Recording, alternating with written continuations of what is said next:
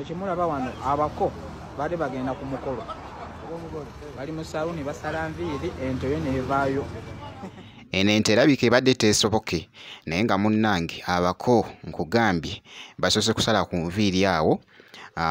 Bagenza ate munnange okusanga ente gye baalese mu mmotoka ng'ate tevuddeeyo yeekyanze bannange. Byengenda okubeera nga nkutuusaako Eddie Kenzo ne Nyamutoolo omukyala ngenda kubeera nga njija nabyo maaso awo ne mwana mulenzi munnange ate abyene sikiini bannange mwana mulenzi yeekoze obusolosolo mu katambi ne ŋŋamba ki kino bampita Jaminati era nga nsinzira ku Jaminati Yugi ngenda kusaba vidiyo ogimpe like okusooka kasita obeera nga tonaba kusubscribinga nakyo kikole ddala ngenda kubeera nno nga ntandika wano n'akatambi kano bambi akaabako babadde bagenda bambi wali ku mukolo naye nga nkugambye nti nno nga wenkutegeezeza nti no basoose gendako mu saaluuni awo kakati munnange egundi ente nga bagitadde munnange mu mmotoka naye ogamba ate teyeekyaze evuddeyo bannange lubadde lutya mu katambi yonna gye biggweredde muganda wange tebibadde birungi n'akamu kubanga ŋŋambi ne ŋŋamba oba kaalesi baafunyeyoko emmotoka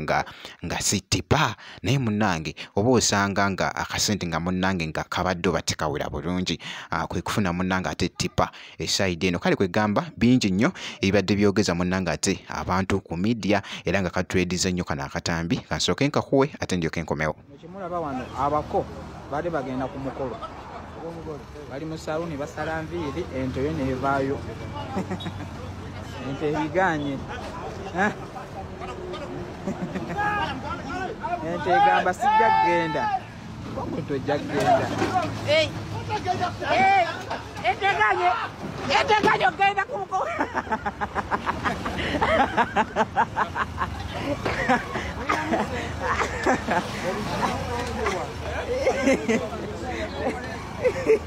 Enteganya ogenda ku mukolo.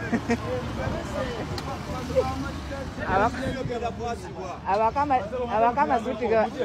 amasuuti ge babadde bagize ebanekanekanye mu masuuti. Bwe kityo nno munnange ate bwe kitambudde tebibadde birungi n'akamu nkugambye ente yo ekyo bakoze bambi naye bwe bityo munnange we bitambudde esayidi eyo kakati nno kankugyeyoka eyo nkutegeezeko nti nno mwana mulenzi munnange ate abyene sikiini nkugambye ali bulala ennaku zino era nga akatambi kano kabadde katredinga wali ku mukutu by the way ogwa TikTok. Mwana mulenzi munnange ate abyene sikiini jjukira nti nno yakomawo munnange ate okuva e Kenya ali mu Uganda naye munnange abadde yeekwese ennaku zino nno ng'abawagizi be bamunoonya tebamulabako takyabeera nnyo ku media naye kakati waliwo ko obutambi obumu munnange babutulaga wali ng'ali mu kweyagala kakati nno abadde bambi nga yeekola obusolosolo wano mu katambi kano akabadde kakutte akati era nga boogezako okulabaawo. Tuline emitwe minene tuline ekibule tuline empaka tetufugeka tuline emitwe minene tuline ekibule tuline empaka tetufugeka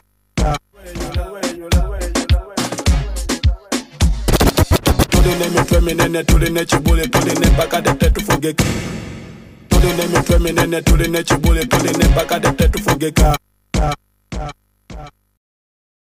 Bwe kityo nno nkugambye bwe kitambudde kakati nno awo kankuggyewuko ate nkutegeezeko eruuyi eno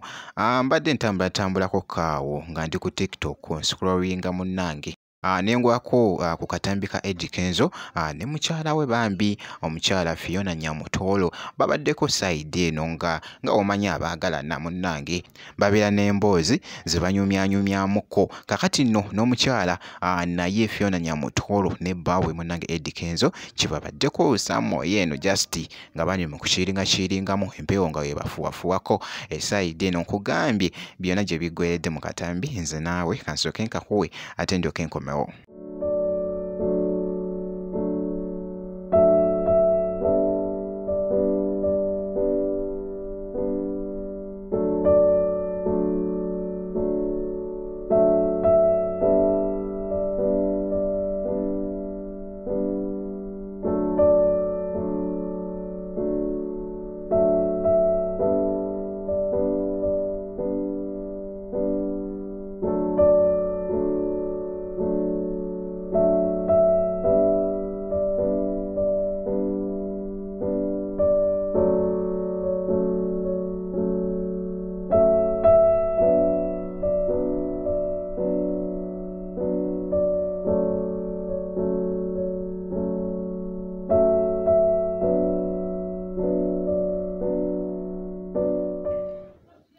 byebyo nno munnange nga wolabye munnange ate side eyo bwe nti bwenkoze kakasa nti no video jimpya like ko site no kusubscribinga kasita obeera nga tonnaba update yonna tuba tugikutuusaako wali wonna kasita obeera nga osubscribinze ngenda kubeera nga nkomawo ate maaso eyo katono nnyo bwe nti